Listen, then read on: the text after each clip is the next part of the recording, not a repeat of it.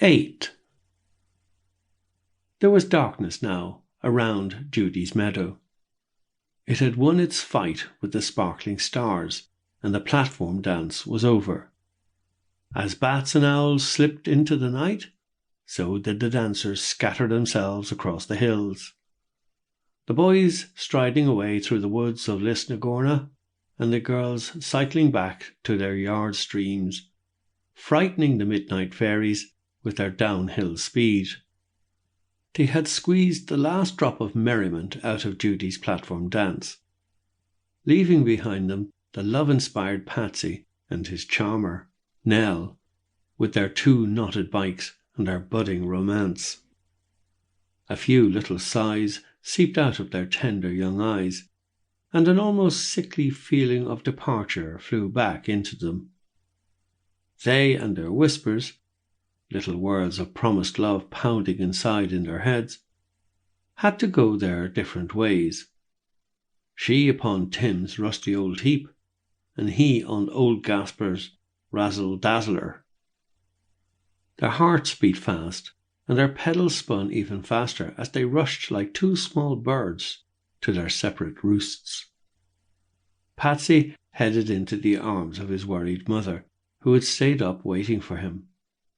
She could tell by the glow in his eyes that all was not right with him, and she wondered.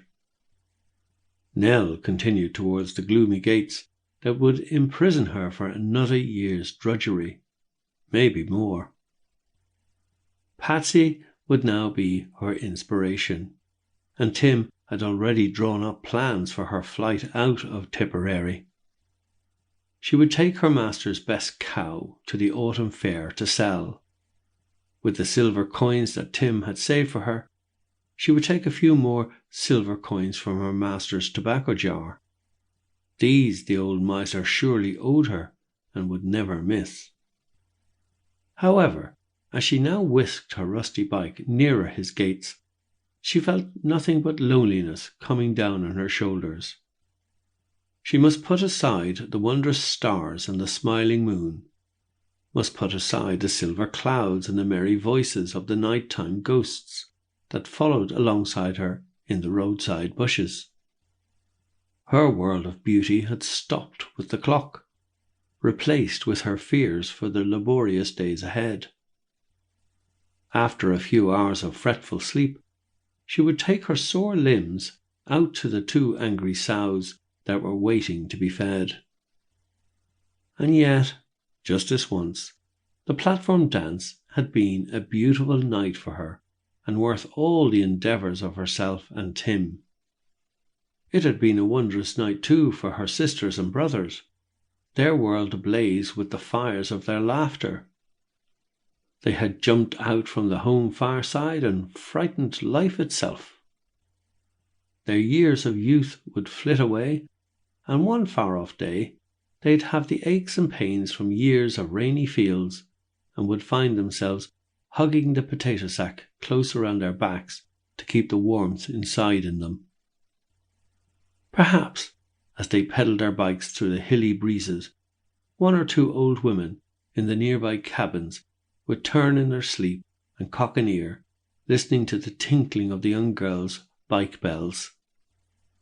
Perhaps they'd hear the laughter and the singing floating on past their windowsills.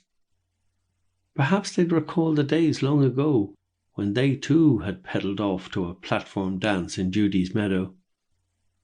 "Oh, honey, oh," they'd sigh, "wasn't life grand in them days?" For the next 7 days, the boys and girls would continue to pray that the weather would hold tough, that the moon and stars would not let them down, so that once again they could get another bit of heavenly happiness in Judy Ragg's meadow. May the ash trees come marching down from Chieftain Hill before they ever forget such a wondrous nights as this. Blessed be the dance, blessed be the music, blessed be the poetry of big boots and swirling skirts and shiny-eyed happiness, and the lovelight shining back and forth in the youthful eyes of Nell and Patsy Noon.